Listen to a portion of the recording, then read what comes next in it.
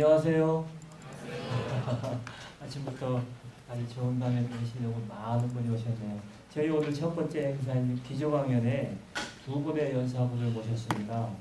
두 분 모두 아주 우리 인조과학 분야에 아주 훌륭한 분이시고요. 우선 먼저 첫 번째 기조강연으로는 딥러닝의 딥 임팩트에 대해서 너무나 유명하시죠? 우리 카이스트의 김준봉 교수님한테 좋은 강연을 박수를 한번 쳐드릴까요? 네.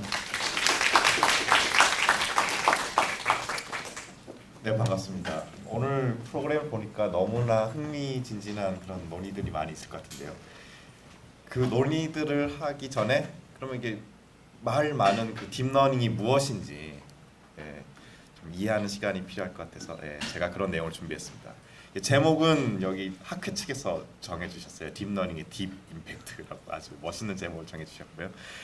제가 말씀드릴 내용이 딥러닝이 도대체 뭔가, 그리고 이게 인공 그 신경망의 일종인데요. 그래서 신경망이 무엇이고 어떤 역사가 있었나? 그리고 옛날에도 있었어요. 뉴럴 네트워크라는 게, 신경망이라는 게. 그럼 딥러닝과 뭐가 다른가?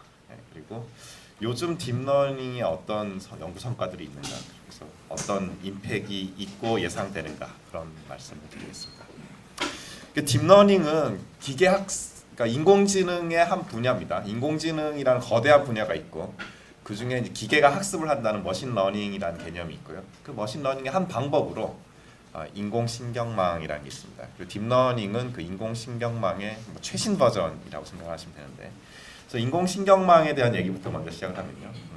생물학자들이 알아낸 게요. 학습 전후에 달라지는 게 뭐 뉴런 속에 뭐일 수도 있지만, 알고 보니 다른 게 아니라 뉴런과 뉴런이 연결되는 우리가 시냅스라고 하는 부분이 있습니다. 그래서 전기 신호가 다시 화학 물질로 전달됐다 다시 전기 신호로 바뀌는 그 시냅스의 연결 강도가 달라지더라. 학습 이후에 시냅스 연결이 강화된다든지 하는 그런 현상을 발견했습니다. 여기 생물학적 사실인데, 이거를 수학자들이 모델링을 한 거죠. 우리가 인공 뉴런 모델을 만들 수 있겠다. 인공 뉴런 모델이라는 게 전기가 들어와서 안에 전압이 높아지면 다시 얘가 또 파이어에서 또 다음 뉴런으로 신호를 전달하는 그런 뉴런 모델을 만들었고요.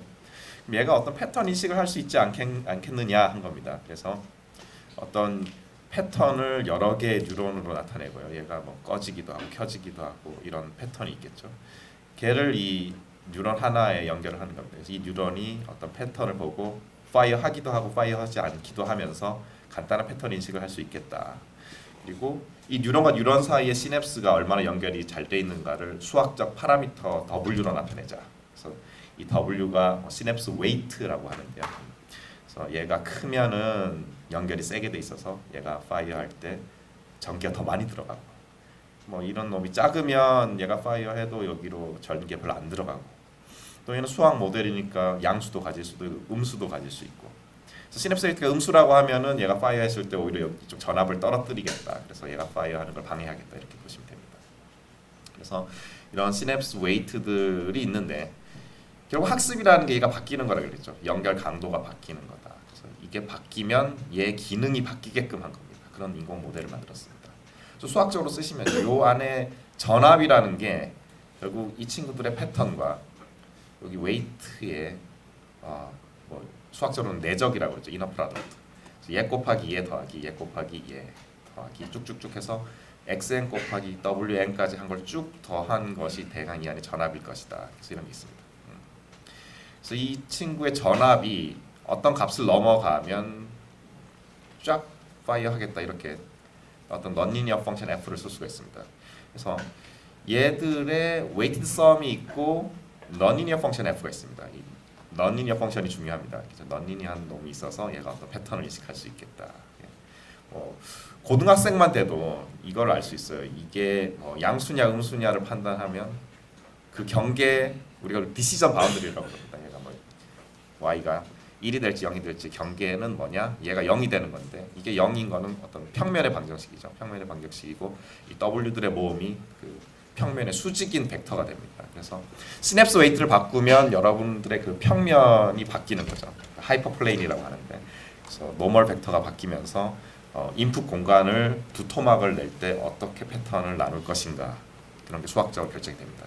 그래서 이런 멋진 수학 모델을 만들었습니다. 뉴런 한 개짜리고 퍼셉트론이라고 하는데요.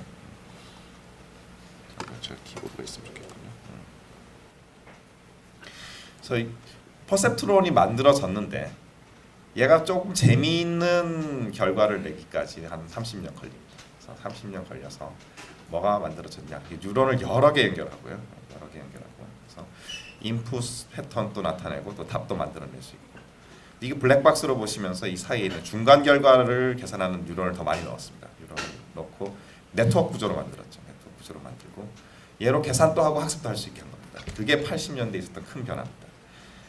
학습을 할 수 있다. 그래서 학습을 한다는 거는 연습 문제를 막 주고요. 그때 이런 답이 나와야 된다. 정답도 막 알려주고요. 막 공부시키는 겁니다. 연습 문제를 뉴럴 네트워크가 열심히 반복적으로 풀어보고 틀리면 시냅스 웨이트 고치고 또 풀고 그래서 시냅스 웨이트를 잘 고치면은 학습이 잘 돼가지고 이제 새로 본 문제도 잘 풀 수 있는 가능성이 생기는 겁니다. 새로 본 문제를 잘 풀 수도 있고 못 풀 수도 있습니다. 그런 뉴럴 네트워크가 등장했습니다. 그리고 멋지게 학습하는 알고리즘도 나오고요. 백프로퍼게이션 알고리즘이라고요. 근데 당시는 깊은 네트워크는 아니었어요. 쉘로우 네트워크를 썼다는 겁니다. 그래서 중간에 요 한 층짜리 히든 레이어 한 개 있는 쉘로우 네트워크를 썼습니다. 딥한 네트워크도 트라이를 해봤는데 학습이 잘 안 됐습니다. 그래서 쉘로우한 걸 쓰고 있다가 한 20년 지나서 딥한 것을 학습할 수 있는 방법이 나왔습니다. 2006년에 나오고 최근에 딥러닝이 굉장히 쓰기 쉬워졌다. 조금 테크니컬한 내용입니다. 근데 왜 딥한 네트워크 학습이 당시 어려웠냐? 요 뉴런들이요, 그 웨이티드 썸을 하고요. 넌리니어 펑션 아까 F를 통과한다고 했는데 당시에 그 넌리니어 펑션 F로서 많이 썼던 게 여기 시그마라고 쓰는 게 있는데 시그모이드 펑션이라는 게 있습니다. 그래서 0에서 1까지 계단처럼 오르는 게 아니고 좀 부드럽게 이렇게 미분 가능하게 올라가는 걸 썼는데요. 이 친구의 문제가 얘 기울기가 한번 미분하면 기울게 됩니다. 기울기가 최대 4분의 1이고요. 그리고 여기서는 거의 기울기가 0입니다. 대부분의 뉴런이 사실 이쪽이나 이쪽에 있기 때문에 기울기가 굉장히 0인데요.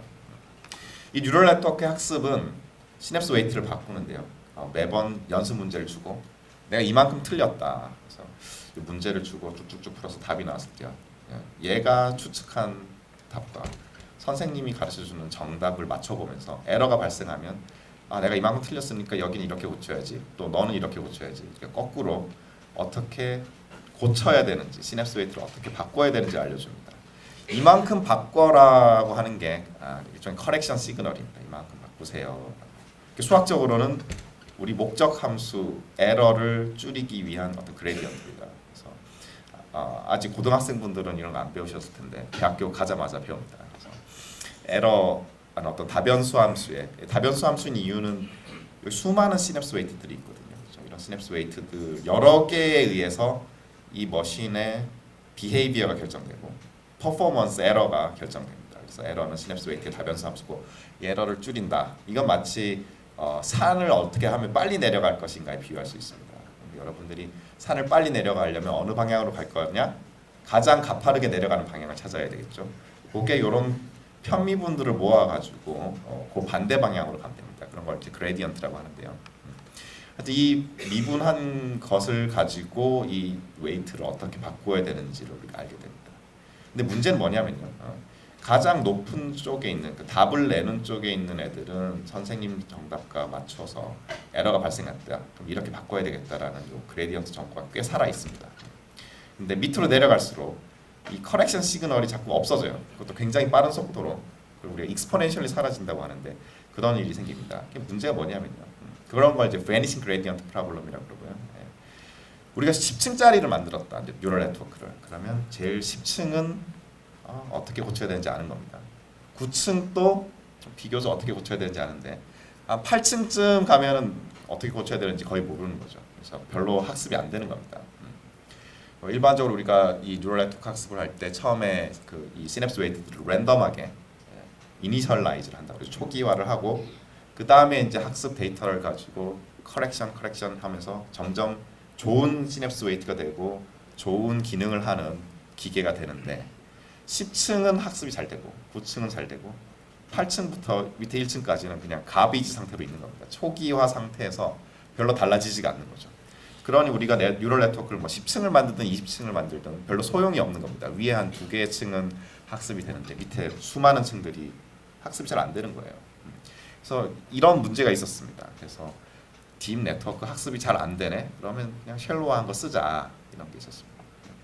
그리고 수학을 아시는 분들은 요거 해보시면 위층에 대해서는 그레디언트를 계산할 때 이 non-linear 펑션의 그 미분이 한 번 나오고요. 한 층 더 내려가잖아요. 이게 2번 나옵니다. 그 아래층으로 가면 이렇게 3번 나옵니다. 이 값이 굉장히 작다고 그랬죠. 1보다 작은 숫자를 자꾸 곱하는 거고요. 게다가 사실 대부분의 뉴런은 여기 기울기가 거의 0인 데 있습니다. 그래서 0을 자꾸 곱하는 거죠. 0에 가까운 숫자를. 굉장히 작은 수를 곱해서 급격히 커렉션 시그널이 작아지는 문제가 있었습니다. 이게 딥러닝이 안 됐던 가장 큰 범인입니다. 그래서 이 non-linear activation 펑션이 범인이었다. 또 하나는요. 우리가 큰 뉴럴 네트워크를 만들고 안에 그럼 시냅스 웨이트도 굉장히 많아지겠죠. 그럴 때는 데이터도 커야 됩니다. 우리 연습 문제를 조금 풀어서는 되는 게 아니고요. 훨씬 많은 문제와 정답이 달려 있는 문제를 훨씬 많이 공부를 해야 됩니다. 그래서 데이터가 부족할 때 큰 모델을 학습을 시키면요, 우리 오버피팅이라고 하는 문제가 생깁니다. 그러니까 연습 문제는 너무너무 잘 푸는데 거기에 피팅을 너무 많이 해가지고 조금 새로운 문제가 나오면 엉뚱한 답을 내는 그런 게 오버피팅입니다. 좀 그런 개념을 설명하는 그림이 여기 있습니다. 이게 뭐냐면요, 뭐 두 변수 x와 뭐 t 사이의 어떤 관계가 정답인 ground truth relationship은 이 녹색 커브라고 합시다. 근데 요거에 메저먼트를 한 10개쯤 좀 노이즈가 섞인 메저먼트 10개를 갖고 이 녹색 커브를 추측해봐라 라고 하면 커브 피팅 문제를 풀게 되는데요. 3차 방식을 쓰게 되면 이런 빨간 커브가 나옵니다. 그래서 비교적 우리가 쓰는 이런 메저먼트 또는 뭐 트레이닝 데이터에 적절히 피팅을 하면서도 새로운 문제에 대해서도 녹색 커브랑 그렇게 달라지지 않는 적절한 게 나오는데, 여러분이 이 자유도를 높인다 그러죠. 모델을 크게 만든 겁니다. 9차당식으로 이 10개의 점을 피팅을 해봐라. 그럼 어떤 일이 생기냐면요, 이 10개의 점을 정확하게 지나는 9차당식이 존재합니다. 그런데 이런 커브가 나오는 거죠. 그래서 연습 문제는 매우 정확하게 풀었는데 새로운 문제에 대해서 이런 데서 이 녹색 커브랑 막 벌어지는 거죠. 그래서 엉뚱한 답을 내는 이런 오버피팅 문제가 생길 수 있습니다. 우리 이 빅데이터라는 게 요즘은 나왔는데요, 이 당시에는 이게 굉장히 비싼 거였습니다. 왜냐?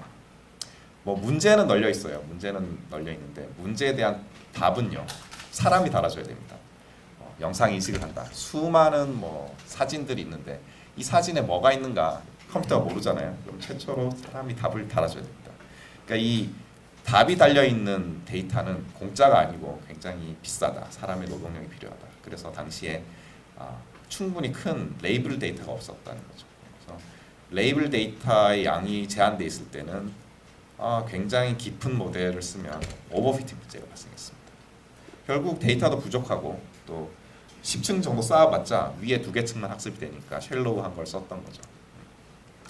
자, 그럼 딥러닝이 무엇인가 그냥 디파인을 하면요, 그냥 말 그대로 딥 네트워크를 훈련시키는 거, 학습시키는 게 딥러닝입니다.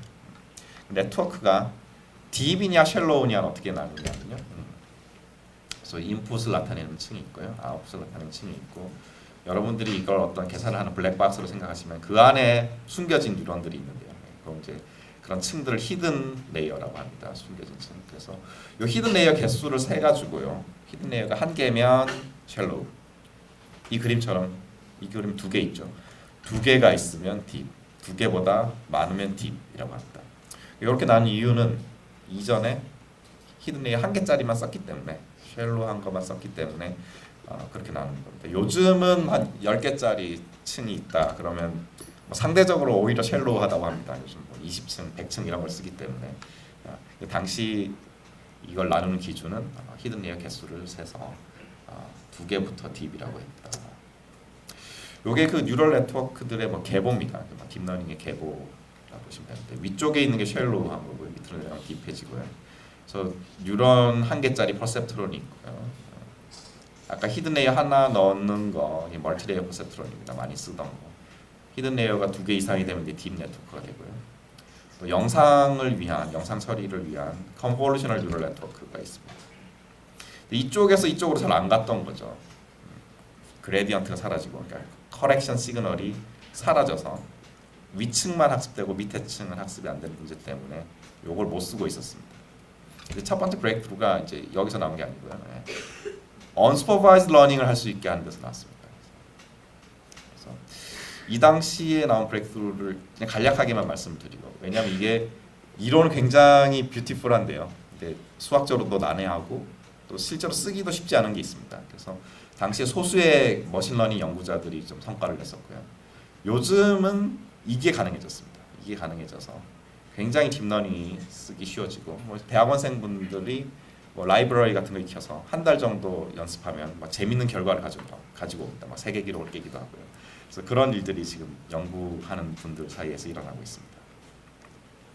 2006년에 그 unsupervised learning을 통해서 딥 네트워크를 트레이닝한 방법을 만들었고요. 요 3인방입니다. 캐나다에 있는 분들 2분 있는데요. 토론토 대학교의 힌튼 교수님, 또 몬트리올 대학교 벤조 교수님, 또 뉴욕대 양리쿤 교수님. 여기 3인방이 뉴럴 네트워크를 부활시킨 거죠. 그래서 2006년 전에 조금 암흑기였습니다. 그래서 연구비도 없고 뭐 인기도 없는데 꾸준히 그 한 우물을 판 거죠, 이분들이. 그러고 이제 딥 러닝을 만들었다.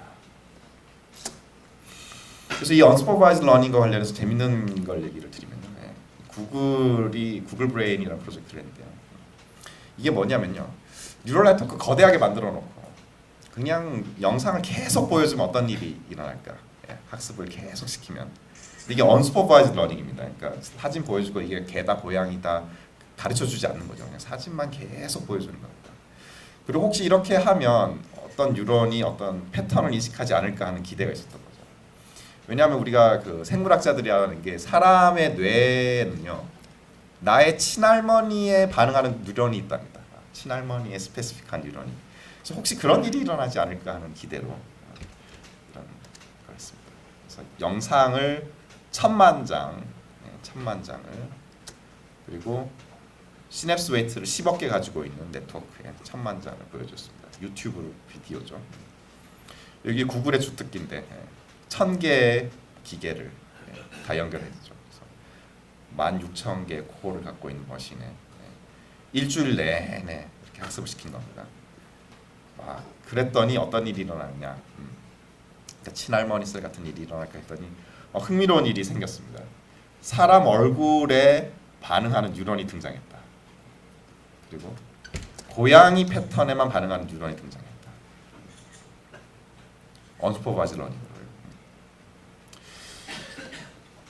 그리고요, 이 딥러닝이라는 게 어떤 그 우리가 기존적인 고전의 패턴 인식 패러다임을 바꿔치기 했는데요. 우리 패턴 인식 연구자들이 뭐 패턴을 인식하는 뭐 개나 고양이를 인식하거나 뭐 의료 영상을 보고 암인지 정상 세포인지를 알아내거나 하는, 또는 뭐 숫자가 1, 2, 3, 4, 5인지 알아보는 그런 분류기 패턴 인식기를 만들 때 항상 이런 어프로치를 썼습니다. 인풋이 들어오면 과연 이 패턴 인식하는데 정말 도움이 되는 특징은 무엇인가? 뭐 일은 이렇게 생겼네. 뭐 똑바른 선이 있고, 뭐 이는 뭐 커브가 있네. 뭐 커버처를 계산해야 되겠네. 우리가 뭔가 머리를 쓰는 거죠. 그래서 주로 연구자들이 데이터를 계속 들여다보면서 이런 아이디어도 내고 저런 아이디어도 내고 해서 특징 추출기를 열심히 만듭니다. 정성스럽게 만들죠. 그러면 이제 그 특징을 가지고 이게 어떤 클래스에 들어간지 클래시파이를 할 수가 있습니다. 이런 어프로치를 썼는데 요거를 핸드크래프티드 피처라고 그럽니다. 우리가 열심히 정성스럽게 손으로 만든 수제 피처라고 하죠. 근데 이 과정이 쉽지가 않습니다. 정말 우리의 머리를 정말 짜내야 되는 굉장히 고통스러운 과정입니다. 요걸 잘하면 과제도 성공하고 논문도 내고 특허도 내는 건데요. 이 딥러닝이 이 패러다임을 완전히 바꿔치기 했습니다. 어떻게? 데이터만 넣으면 데이터만 계속 데이터에 노출이 되면 기계가 좋은 특징을 자동으로 찾아내더라.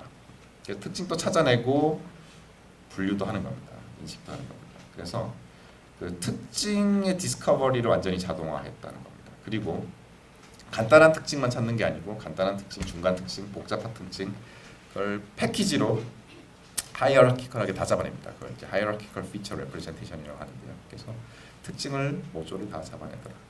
여기 있는 그림은 뭐 컴퓨터 비전에서 쓰는 스케일 인베리언트 피처 트랜스폼이라는 특징인데 이 연구자들이 굉장히 정성스럽게 만든 겁니다. 이런 정성스럽게 만든 특징도 다 흉내낼 수 있습니다. 사람이 만들었던 거의 모든 특징은 딥 네트워크가 발견할 수 있고요. 사람이 미처 생각하지 못했던 특징도 데이터로부터 찾아냅니다. 뭐 알파고 비유를 들면 인간계 바둑에 있는 정석은 알파고가 다 찾아낼 수 있고 학습할 수 있고요. 인간계 바둑에 없었던 수들도 찾아낼 수가 있는 겁니다. 데이터로부터. 그게 딥러닝의 파워다. 여기 그림 보시면 만약에 우리가 얼굴 영상을 잔뜩 보여주면요, 이 아래층에 있는 그 레이어는 아주 간단한 특징을 찾아내고요, 이런 오리엔테이션이 있는 엣지들. 그 다음 층으로 갔더니 뭐 눈, 코, 입가 같은 조금 복잡해진 특징을 찾고 그 위로 갔더니 뭐 얼굴 같은 더 복잡한 추상적인 특징을 찾더라. 그래서 이게 다 자동으로 찾아낸 겁니다. 데이터로부터 간단한 특징부터 복잡한 특징까지 패키지로 찾아낸다. 이제 언슈퍼바이즈드 러닝을 말씀드렸는데 슈퍼바이즈드 러닝을 되게 한 거는요. 아까 그 베니싱 그레디언트 문제. 시냅스를 어떻게 바꿔야 되는지 그 커넥션 시그널이 작아지는 게 액티베이션 펑션이 있었는데 액티베이션 펑션을 새롭게 만들었습니다. Rectified Linear Unit이라고 하는 새로운 액티베이션 펑션을 만들고 또 빅데이터가 출현했죠. 굉장히 대규모의 정답이 달려있는 데이터가 출현했습니다. 그래서 요즘은 이걸 쓸 수 있게 됐고요. 또 굉장히 쓰기가 쉬워졌습니다. 자, 그럼 딥 뉴럴 네트워크에 새로운 액티베이션 펑션을 쓴 게 뭐냐? 이 정체를 말씀드리면요. 이 기존의 러니어 펑션이었습니다. 시그모이드라고 하는 0에서 1까지 가는 거고. 그리고 이 기울기가 1보다 작고 또 기울기가 0인 세츄레이션 구간이 있는 게 문제였는데 어떻게 바꿔치겠냐? 이렇게 생깁니다. 파란 커브. 그래서 이쪽에서는 완전히 리니어죠. 리니어. 그래서 x가 양수일 때는 x 그대로 직선이죠. 직선. x가 음수이면 0. 요게 렉티피케이션입니다. 렉티피케이션. 0으로 잘라주고 여기서는 리니어고. 그래서 이름이 rectified linearly. 앞에 두 개 따서 RLU, 렐루라고 부르는. 그래서 여러분들이 이게 렐루가 뭔지 안다. 그러면 딥러닝에 대해서 그 본질과 핵심을 알게 된 겁니다.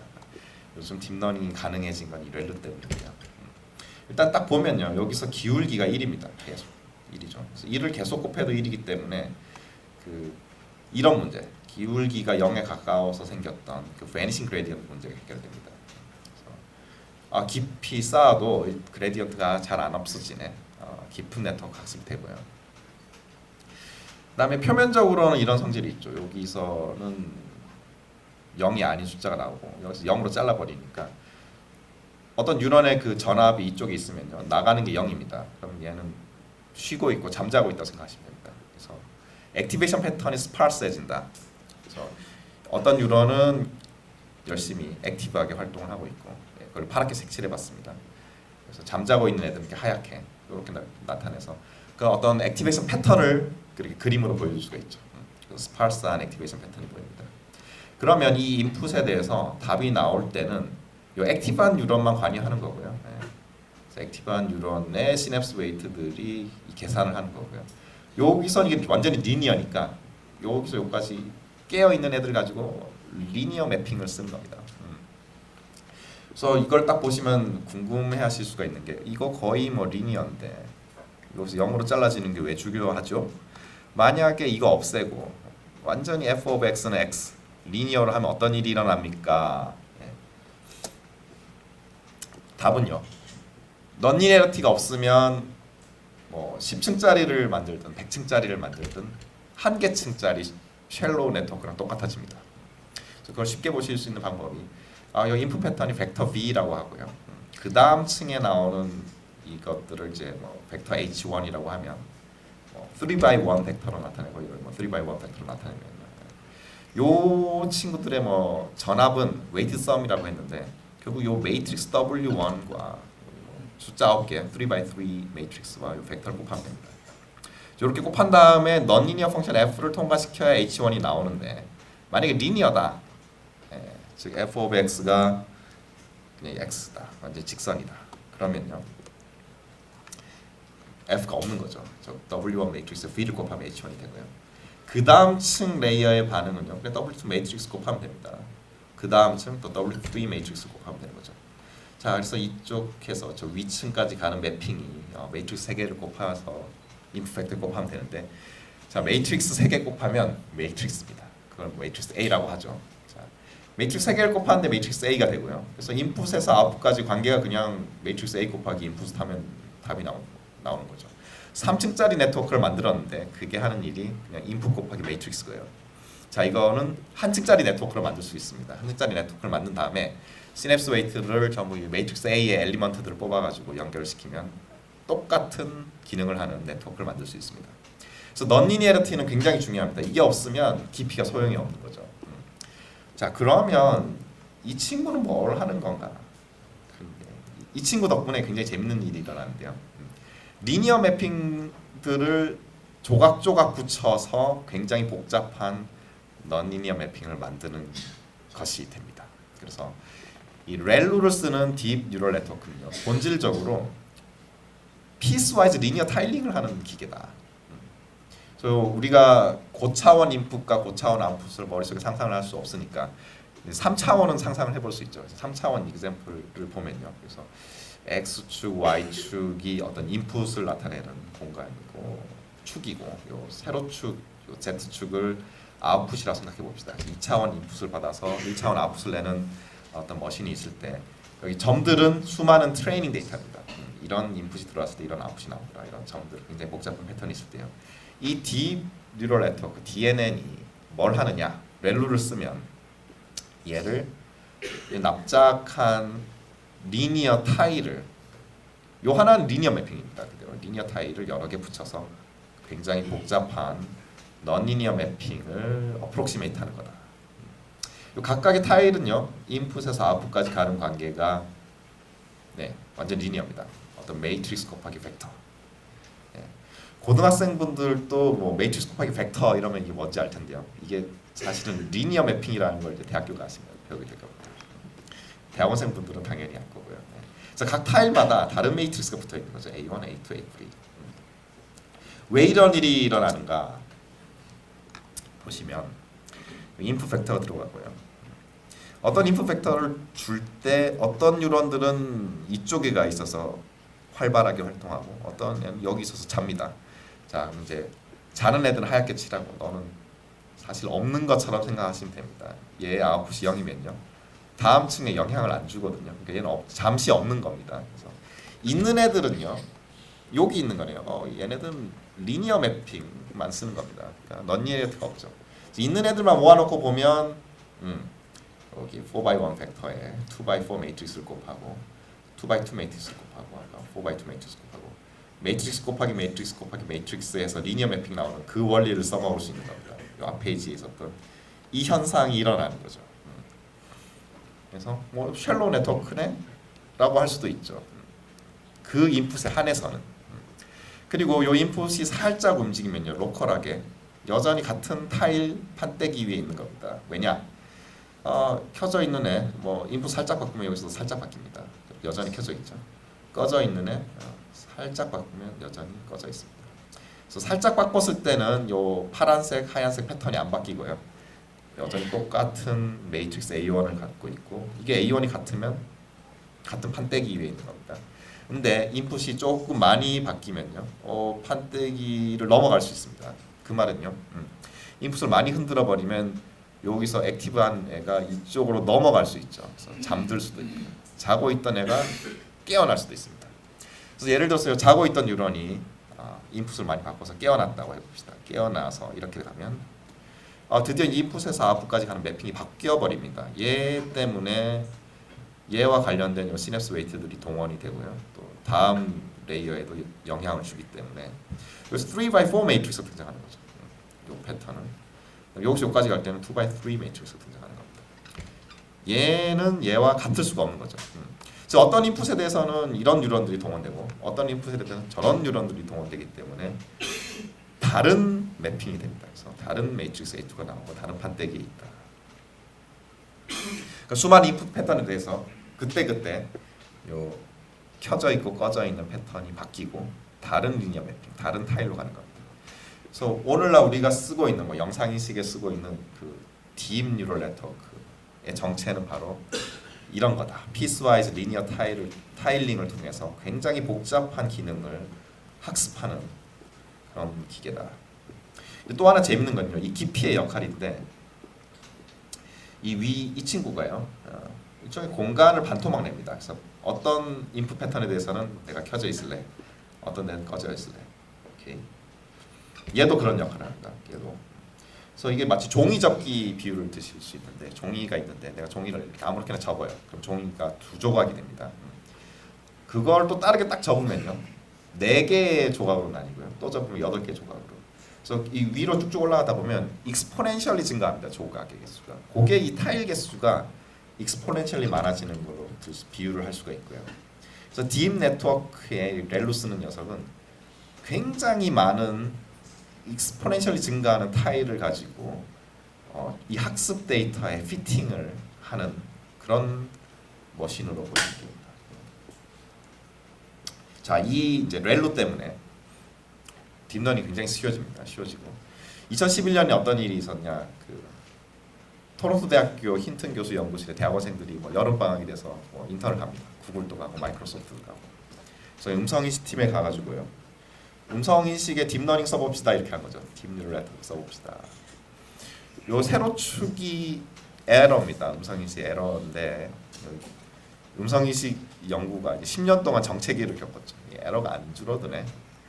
근데 이 친구들이 그냥 인턴으로 가가지고 딥러닝 써가지고 에러를 뚝뚝 떨어뜨리는 겁니다. 그래서 깜짝 놀라게 된 일이 있었고요.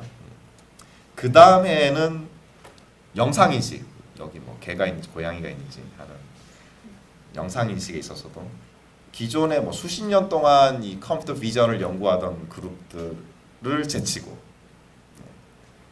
수십 년 동안 연구하던 그룹들은 정성스럽게 수제 피처를 만들고 있었는데 얘네들은 데이터를 가지고 피처를 자동으로 찾아내는 이런 네트워크를 만들었습니다. 이건 이제 컨볼루셔널 뉴럴 네트워크라고 하는 건데요.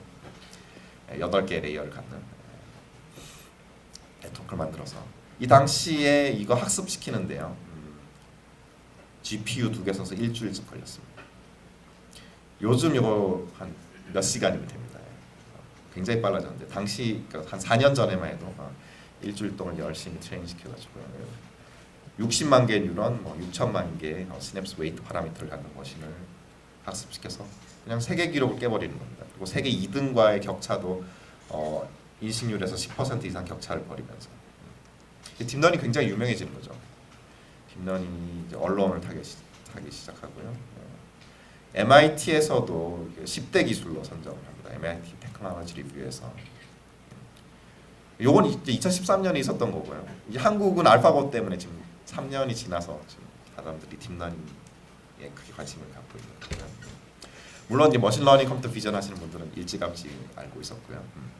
2014년에 어떤 일이 있었냐? 페이스북에서 발표를 하는데 우리가 갖고 있는 수많은 얼굴 영상으로 학습을 시켰더니 얼굴이 사람만큼 잘한다. 그래서 휴먼 레벨 퍼포먼스와의 갭을 메꿨다라고 발표를 했습니다. 2014년이고요. 불과 몇 달이 안 지나서 중국 그룹에서 이 기록을 깨버립니다. 그래서 지금 얼굴 인식은 컴퓨터가 사람보다 잘하게 됐습니다. 네, 구글 딥마인드 얘기가 나오는데요. 구글 딥마인드가요. 뭐 하던 회사였냐면 구글이 인수하기 전에 이런 고전 게임, 이런 벽돌 게임 같은 거. 고전 게임을 자동으로 하는 그런 기술을 보유했던 회사입니다. 그래서 이 고전 게임을 하는 머신을 보면 이게 뭐 네이처지에도 소개된 건데 인풋이 뭐냐? 컴퓨터 게임 화면 스크린에 있는 모든 픽셀 값입니다. 주고 컨버전 룰렛터 그래가지고 아웃풋이 뭐냐? 조이스틱 어떻게 컨트롤해야 되는가? 어떤 버튼 누를 것인가? 어떤 패턴이 들어가면 이렇게 반응해라. 요 매핑을 막 시냅스 웨이트 바꿔가면서 학습하는 거죠. 근데 이 기법의 가장 큰 특징은 뭐냐면요. 게임에 대해서 아무것도 안 가르쳐 줍니다. 이 게임의 규칙이 뭔지, 너의 목표가 뭔지. 벽돌 깨기 예를 들면 벽돌을 깨야 좋다는 사실조차 안 가르쳐 주는 거죠. 그리고 그냥 스스로 네가 게임 계속 해봐라. 단 너는 모든 픽셀들을 볼 수 있고 뭐 이렇게도 눌러보고 저렇게도 뭐 조이스틱 컨트롤 해보고 대신 상과 벌을 주는데요. 그러니까 벽돌을 깨면 점수가 올라가는 게 상이고요. 공을 놓치면 이제 라이프가 줄어드니까 그게 벌입니다. 그건 알고 자꾸 게임을 해보는 거죠. 그래서 막 한 2시간쯤 했더니 뭐 제법 잘하네 이러다가요. 4시간쯤 얘가 스스로 게임을 하면서 아 내가 점수를 올리려면 이렇게 해야 되네 하고 터득을 한 게요. 옆에다 이렇게 터널을 뚫어요. 계속해서 그 다음에 공을 위로 올립니다.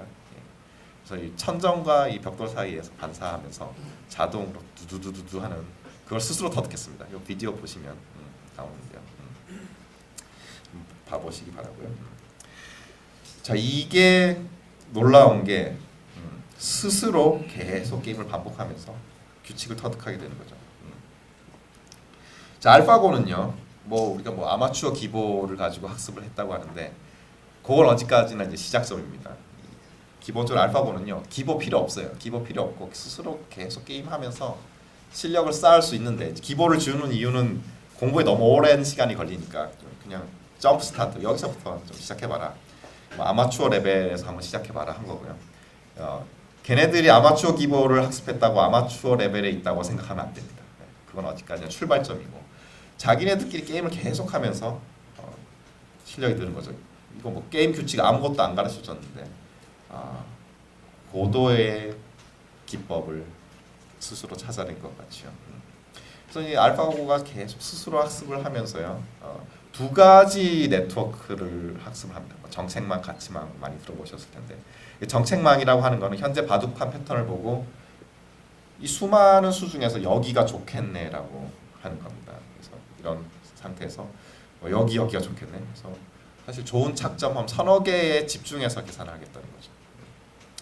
그다음에 얘는 수읽기라는 걸 할 수 있습니다. 이건 뭐 컴퓨터의 주특기죠. 다음 수는 이렇게 될 테니까 난 또 이렇게 하고 쟤는 이렇게 하고 막 가지치기를 하면서 수가 확 많아지는 건데요. 체스를 잘하는 이유가 컴퓨터가 뭐 수읽기를 사람보다 너무너무 잘하기 때문에 체스를 잘하는데 컴퓨터가 바둑을 어려워했던 이유가 경우의 수가 너무 많아가지고요. 이 수읽기를 하다 보면 이게 너무 불어나는 거죠. 가지가. 사람은 어떻게 바둑을 하느냐? 인간 기사는 직관을 씁니다. 바둑판의 패턴을 딱 보고 직감적으로 여기가 좋은 수네 이런 걸 아는 거죠. 이 정책막이라는 게 그 뉴럴 네트워크입니다. 그래서 인간 기사의 그 직관에 해당되는 현재 바둑판 패턴을 보고 여기가 좋은 수네라는 걸 알려주는 거죠. 그렇게 함으로써 수많은 수 중에서 서너 개의 수만 보는 겁니다. 경우의 수를 확 줄여서 수 읽기를 할 수 있게 하는 거죠. 가지치기를 너무 가지를 많이 안 벌리는 겁니다.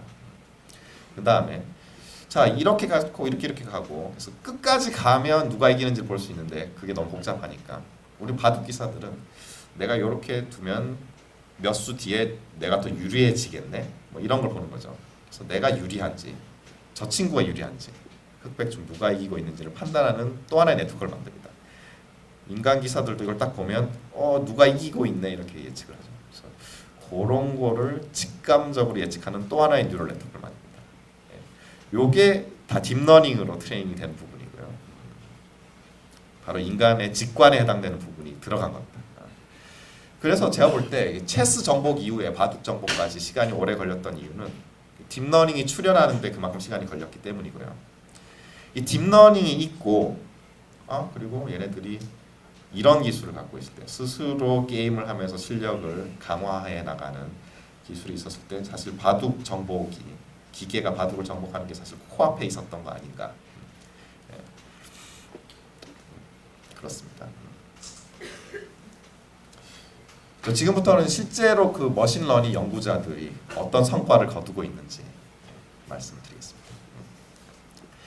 최근에 컴퓨터가 이제 영상을 인식할 수 있게 됩니다. 기존의 인공지능이 그렇게 성공적이지 못했던 게요. 이런 패턴 인식에 취약했습니다. 그러니까 글자는 읽을 수 있는데 숫자는 읽을 수 있는데 계산은 굉장히 잘하는데 체스는 잘하는데 정작 개인지 고양인지 의자인지 얼굴인지 이런 거 알아보는 걸 컴퓨터가 잘 못했던 거죠. 이걸 어떻게 할 수 있게 했느냐? 우리가 딥러닝이라는 기술도 있지만 빅데이터를 만들었습니다.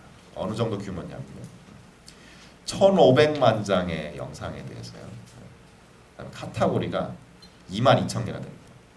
그 영어 사전의 명사의 개수가 수만 개거든요.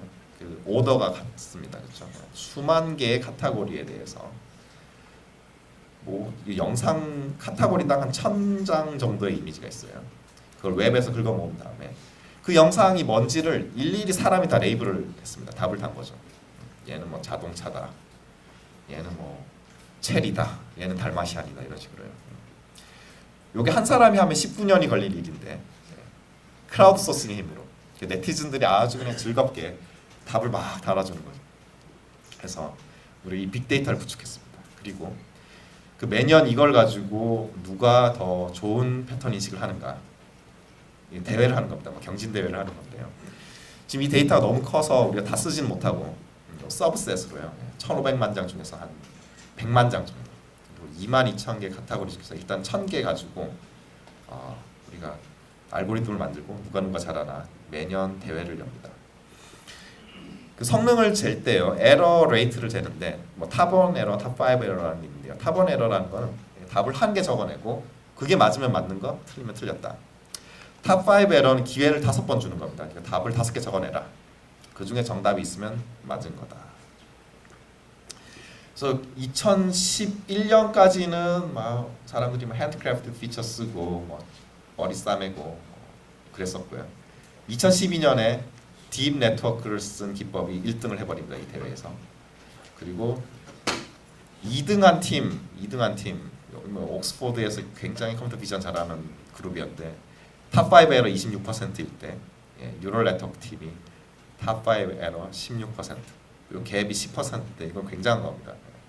굉장한 거고 당시 이 친구들 그 뉴럴 네트워크 성능을 보시면요, 이런 영상에 대해서 사람이 레오퍼드라고 정답을 달았습니다. 레오퍼드라고 잘 보이시나요? 네. 근데 이 머신이 답을 5개를 어떻게 적어냈느냐? 레오퍼드, 제규어, 치타 이렇게 적어냈어요. 그러니까 답만 첫 번째로 맞췄을 뿐만 아니라 벌써 두 번째, 세 번째 답도 그럴듯한 것들을 적어내고 있죠. 즉 영상에 있어서 어떤 특징들이 있고 뭐 어떤 시멘틱한 특징들이 있는지 이런 거를 머신이 잡아내는 겁니다. 뭐 쉽게 설명드리면 이 네트워크가 이 앞쪽에서는 아까 뭐 엣지 같은 간단한 특징을 찾고요. 이 뒤쪽으로 갈수록 좀 복잡하고 시멘틱한 특징을 다 잡아냅니다. 이런 패턴이 있네, 얼룩 패턴이 있네, 이런 것들도 여기서 다 알아보는 거죠. 머시룸이다. 답을 두 번째 맞췄으니까 얘도 맞춘 거고요. 이 친구가 재밌는 영상인데 사람이 달마시안도 있고 체리도 있는 영상에 대해서 답을 체리라고 달았어요.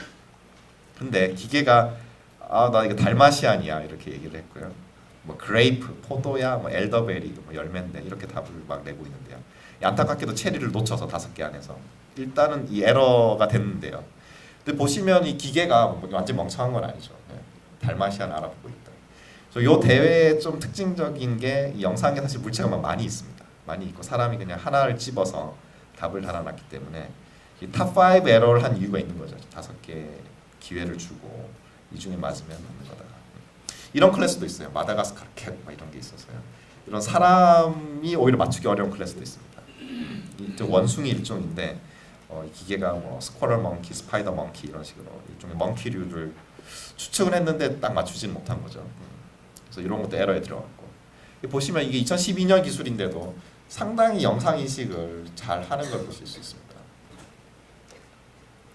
2013년은 이 네트워크의 구조에서 크게 달라진 게 없었는데요. 2014년에 굉장히 재밌는 걸 구글에서 해냈는데요. 우리가 뭐 인셉션이라는 영화가 있죠. 그거에 모티베이트돼서 꿈속의 꿈이 아니고 네트워크 속의 네트워크를 만들어 보겠다. 더 깊이 가보자. 이런 식으로. 그래서 이 기존에 이런 걸 쓰고 있다가 한 22층짜리 이런 걸 만들어 버렸습니다. 굉장히 복잡한 구조고 이런 어떤 패턴을 갖는 네트워크가 네트워크 속에 9번이나 등장을 하고요. 그래서 뭐 자기네들 뭐 말로 인셉션이다 뭐 이러면서 인셉션 네트워크 만들었고요.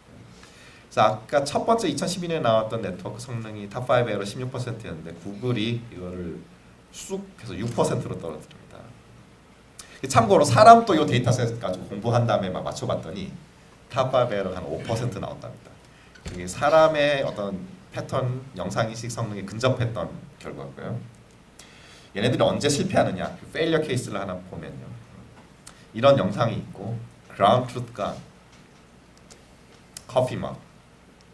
그래서 이제 여기 커피 머그 있습니다. 구석에 조그맣게 있는 얘가 정답인데 기계가 이거 테이블 램프네. 테이블 램프가 있고 그 램프 쉐이드 이게 전등갓입니다. 전등갓이 있네. 프린터 이거를 이제 프린터로 본 것 같아요. 프린터로 프로젝터, 데스크탑 컴퓨터 5개 안에 없어서 틀린 겁니다. 그래서 요런 페일러 케이스를 보시면 아직 기계가 잘 못하는 게 이렇게 구석에 있는 물체 잡아내기.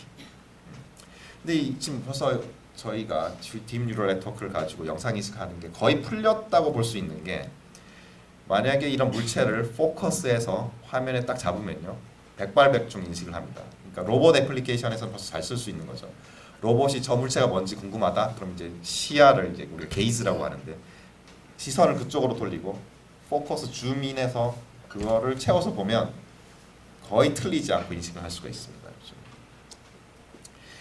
작년에는요. 에러가 3%로 줄어들었습니다. 이제는 사람보다 물체 인식을 잘하게 됐고요. 얘네들이 썼던 아이디어는 2012년 아키텍처 8층짜리, 구글렛 22층짜리. 얘네들은 152층짜리를 만들었어요. 그래서 기존 기법들이 이렇게 보이는 거죠. 이런 것도 좀 기계의 힘인데 사람 뇌의 그 심피지는 한 6층짜리 레이어를 갖는 그런 것들이 굉장히 많이 있습니다. 6개쯤. 기계는 바이올로지컬 리밋이 없어요. 우리가 뭐 100층, 1000층 해보는 게 수학적으로 좋다?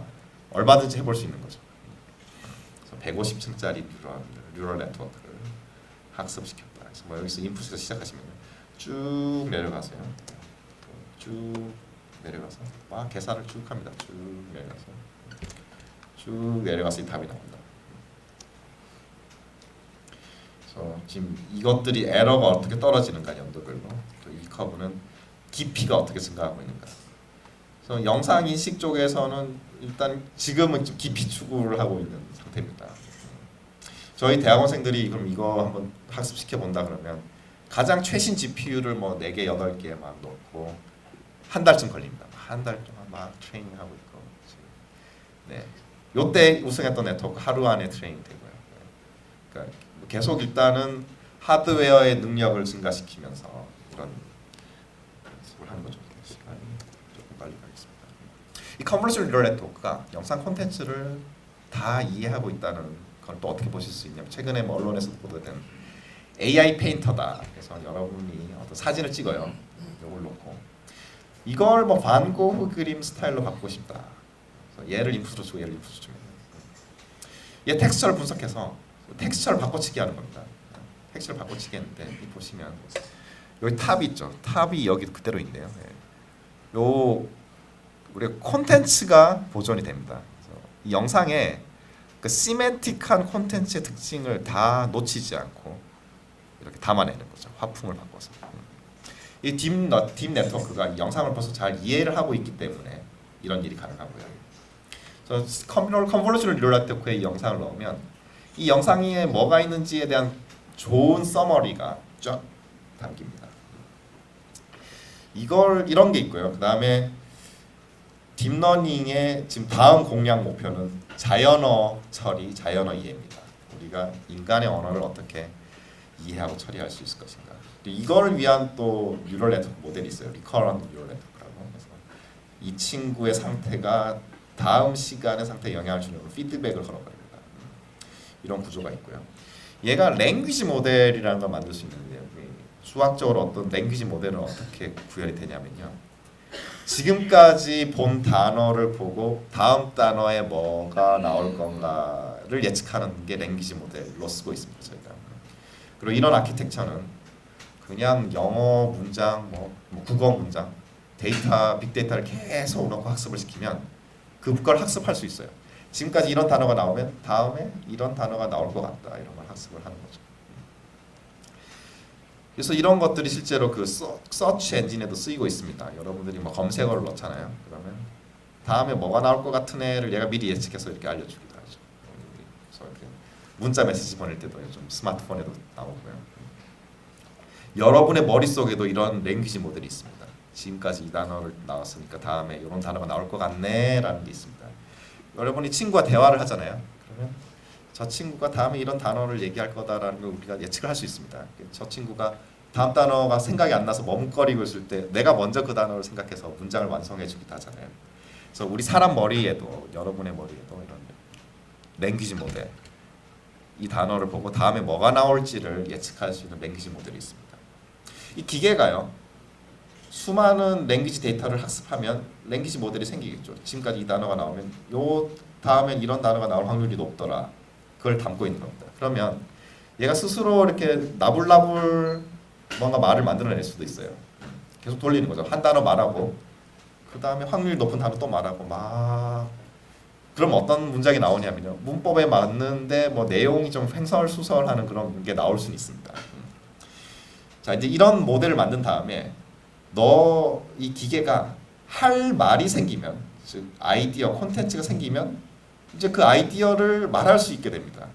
랭귀지 모델을 학습한 다음에 이제 그걸 가지고 2014년 비교적 최근이죠. 기계 번역 결과가 나왔는데요. 이런 겁니다. 불어를 영어로 바꿔라. 우리가 잠시 그 통역사의 머릿속에 들어가 보면 통역사가 뭐 불어 문장 A, B, C 그 end of sentence를 딱 들으면요. 통역사의 머릿속에 바로 이 불어 문장의 의미 뭐 시멘틱한 그런 요약이 딱 있을 겁니다. 서머리. 아 내가 이런 말을 해야 되겠구나. 그 다음에 이제 이 불어 그러니까 통역사의 머릿속에는 영어의 랭귀지 모델이 있습니다. 내가 한 단어 한 단어를 말할 때 그 다음 단어는 이런 걸 얘기해야 되겠구나. 그래서 이 불어 문장의 의미를 가지고 한 단어를 말하는 거죠. W를 말하고 내가 W라고 말했으니까 그 다음 단어는 뭐를 말해야 될까? 랭귀지 모델은 이런 단어가 나올 것 같습니다. 라고 알려줄 거고 또 불어 문장의 내용은 당신은 이런 말을 해야 됩니다. 그럼 X라는 단어를 얘기를 합니다. 자, WX까지 얘기했다. 내가 그 다음 단어 뭘 얘기해야 되지? 랭귀지 모델이 알려주는 게 있고 또 해야 될 말이 있죠. 그걸 결합해서 다음 단어를 만듭니다. 그래서 영어 랭귀지 모델을 수많은 영어 데이터를 학습시켜 놓은 다음에 불어 문장의 의미를 알게 되면 그 의미에 맞는 영어 문장을 만들어낼 수 있는 겁니다. 그게 2014년의 결과이고요. 완벽하진 않습니다. 근데 이런 시도가 있었고 어떤 문제는 제대로 잘 번역을 하더라. 이걸 보고 컴퓨터 비전하는 사람들이 바로 몇 달이 안 가서 우리가 이미지 캡셔닝에 써먹을 수 있겠다. 이미지 캡셔닝이라는 게 뭐냐면요. 영상을 보고 그 영상의 내용을 디스크라이브하는 자연어 문장을 만들어내는 겁니다. 이것을 위해서 이제 훈련 데이터가 있어요. 트레이닝 데이터가 있는데 마이크로소프트 코코라고 10만 장 정도의 영상이 있고요. 그 영상에 대해서 각각의 영상에 대해서 5개의 문장이 달려 있습니다. 이건 사람이 만들어준 거죠. 5개의 문장을 이렇게 다 이걸 가지고 학습을 시키려고 5개의 문장을 달았는데 A man riding a bike on a dirt path. 비포장 도로에서 자전거를 타고 있다. Through a forest. 숲속 비포장 도로에서 자전거를 타고 있다. 이런 문장이 있습니다. 자, 이걸 학습을 시켰어요. 요게 기계가 생성해낸 결과입니다. 요 사진을 보고 기계가 만들어낸 문장인데 Man in black shirt is playing guitar. 기타를 치고 있다. Construction worker in orange safety vest is walking on road. 이런 거. A girl in pink dress is jumping in air. 뭐 이렇게 굉장히 잘하는 거죠. Black and white dog jumps over bar. 요거는 보면요. Young girl in pink shirt is swinging on swing. 그네는 맞췄고요. 얘가 이제 그네 타는 건 아니고 행잉하고 있죠. 스윙하는 게 아니고 행잉하고 있는데 요거 살짝 틀린 겁니다. 그래서 굉장히 좀 흥미로운 결과가 나오고 있다. 어떻게 했냐? 컨버전 뉴럴 네트워크, 지금 사람보다 영상 인식을 잘하는 네트워크가 있죠. 그래서 영상 넣어주면요, 이 안에 뭐가 있고, 뭐 모자가 있고 이런 걸 다 아는 거죠. 밀짚 모자가 있네 이런 걸 다 아는 겁니다. 그래서 시멘틱한 콘텐츠를 잘 요약해서 여기 딱 담고 있어요. 그다음에 랭귀지 모델을 만들어놨죠. 얘는 나불나불 할 수 있는 겁니다. 그래서 이런 단어를 얘기하면 그 다음에 이런 단어가 나올 것 같다. 얘한테 할 말을 알려주는 거죠. 이 영상을 이렇게 분석한 이거에 대해서 좀 얘기 좀 해봐라고 딱 찔러주면, 자 이게 통역사도 할 말을 알려주면은 영어 문장을 만들어내듯이 이제 할 말을 알려줘서 나 밀집이라고 얘기하고 싶어 스트로라고 얘기를 했고요. 밀집이라고 얘기한 다음에 그 다음 단어 뭘 얘기해야 될까, 뭐 밀집 뭐가 많을 텐데 이 영상에서 내가 이거에 대해서 얘기를 해야 되니까 밀집 모자라고 나오는 겁니다. 밀집 모자라고 얘기를 한 다음에 그 다음에 더 얘기할 게 있나? 더 얘기할 게 없어. 그러면 end 이렇게 나옵니다. 그래서 랭귀지 모델 학습시켜 놓고 또 요것도 영상 빅데이터를 학습시키고 방금 말씀드렸던 10만 장의 데이터에 대해서 5개 문장이 있는 거를 가지고 요걸 같이 학습을 시키면 이런 일이 일어나는 거죠. 이런 일이 지금 일어나고 있습니다. 요거가 굉장히 놀라운 게 기존의 인공지능이 막 심볼 막 처리를 했어요. 심볼 처리하고 뭐 리스프라는 프로그래밍 랭귀지도 만들고 뭔가 좀 사람과 대화도 해보려고 하고, 물론 IBM 왓슨 같은 백과사전식 정보를 가지고 제오퍼디시오에서 사람보다 잘하는 기계도 있지만, 근데 뭐 IBM 왓슨이 Man in Black Shirt is Playing Guitar라는 심볼은 처리했지만 기타라는 단어를 봤을 때 이런 이미지가 상상이 되진 않죠. 지금 인공지능 연구가 어떤 상태에 있냐면요, 드디어 이제 기타라는 단어를 볼 때 이런 센서리한 인풋과 그거에 관련된 어떤 시멘틱한 멘탈 이미지가 기계 속에 이제 있는 겁니다. 기계 속에 이런 멘탈 이미지와 심볼이 같이 결합돼서 지금 처리가 되는 시점에 와 있고요. 그래서 제가 볼 때 지금 인공지능 연구가 굉장히 중요한 변곡점에 있는 게 아닌가라는 생각이 듭니다. 즉 하이 레벨 심볼과 로우 레벨 센서리 인풋을 같이 연결시키고 로우 레벨 센서리 인풋에 있는 간단한 특징, 중간 특징, 복잡한 특징, 보다 추상적인 시멘틱한 특징까지 패키지로 뉴럴 네트워크의 어떤 파이어링 패턴 속에 담겨 있고, 그것이 이 하이 레벨 심볼과 연결되어서 이제 인식 추론을 할 수 있게 된 거죠. 아직은 걸음마 단계인데 이게 굉장히 중요한 시작점이라고 봅니다. 이 추세로 이렇게 발달하다 보면 우리가 데이터를 충분히 마련해주고, 아마 넥스트 스텝은 이런 것 같아요. 영어 사전의 동사들을 좀 더 훨씬 빅데이터로 만들어가지고 사람의 행동에 대해서도 이해하게 하고 하면 적어도 어떤 영상 인식과 자연어 처리 결합 쪽에서 굉장히 재밌는 결과가 한 향후 5년간 나오지 않을까 기대가 됩니다. 요약을 드리면요, 딥러닝은 특징을 자동으로 찾아낼 수 있다, 데이터로부터. 그리고 영상 쪽에서의 추세는 지금 깊이입니다. 깊이를 넣으면 그 타일의 개수가 급속히 많아지기 때문에 피스와이즈 리니어 타일링이 굉장히 파워풀해지는 거고요. 영상 인식이 잘 될 뿐만 아니라 최근에 보면 AI 페인팅처럼 반고 스타일로 그림도 만들어보고 자연어 모델링도 하고요. 기계 번역도 하고 있고 지금 이미지 캡션ing도 하고 있죠. 그래서 여기까지 제가 준비한 내용이고요. 많은 도움이 되셨길 바라겠습니다. 감사합니다. 질문 있으면 질문만 할까요? 질문 있으세요?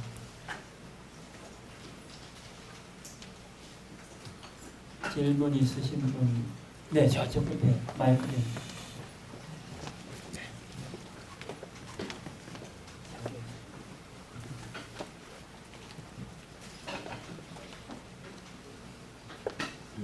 들리네. 네, 강의 잘 들었고요. 네. 그 이제 뉴럴맵 가지고 학습을 시킬 때 아까 전에 많은 건 막 100개 넘게 레이어를 넣어서 학습을 시켰잖아요. 네.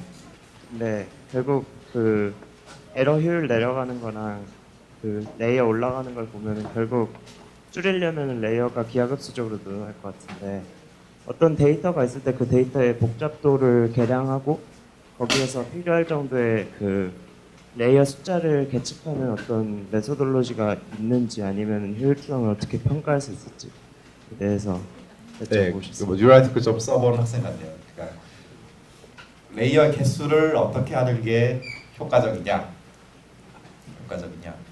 그러니까 레이어의 개수보다 더 중요한 게요, 오버롤 시냅스 웨이트의 개수가 어느 정도 되느냐. 그래서 내가 갖고 있는 데이터의 규모에 맞게 시냅스 웨이트를 적정한 규모로 둬야 되겠죠. 결국 그건 약간은 손맛입니다. 즉 트레이닝 에러가 막 줄어드는데 테스트 에러가 오래 올라가면 오버피팅이고요.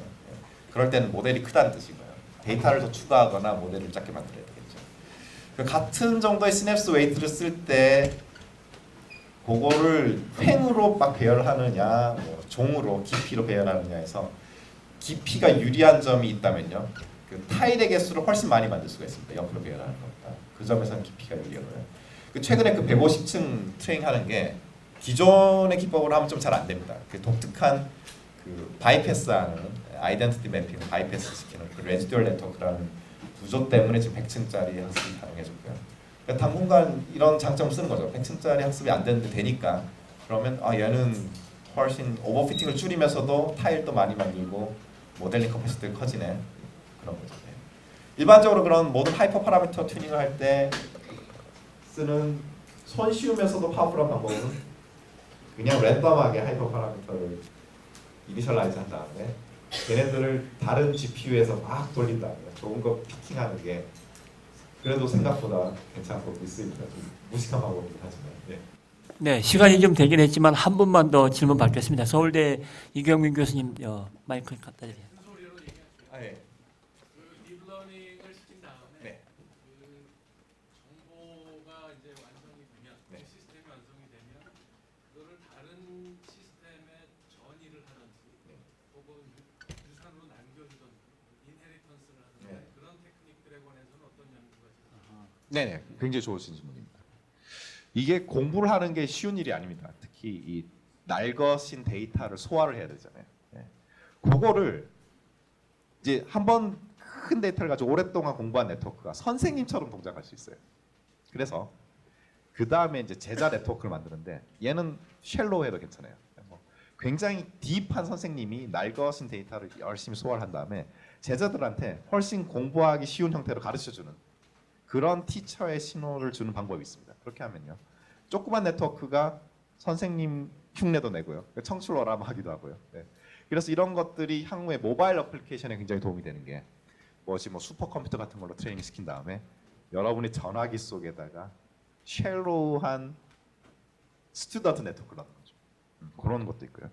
그다음에 어떤 A라는 환경에서 학습을 했는데 B가 좀 달라요. 도메인이 달라지죠. 그런데 어떻게 어댑트 할 것인가. 그래서 여기서 공부한 거를 잘 활용을 해야 되겠죠. 인헤리트 해가지고. 그다음에 또 적응시키는 그런 연구도 있고.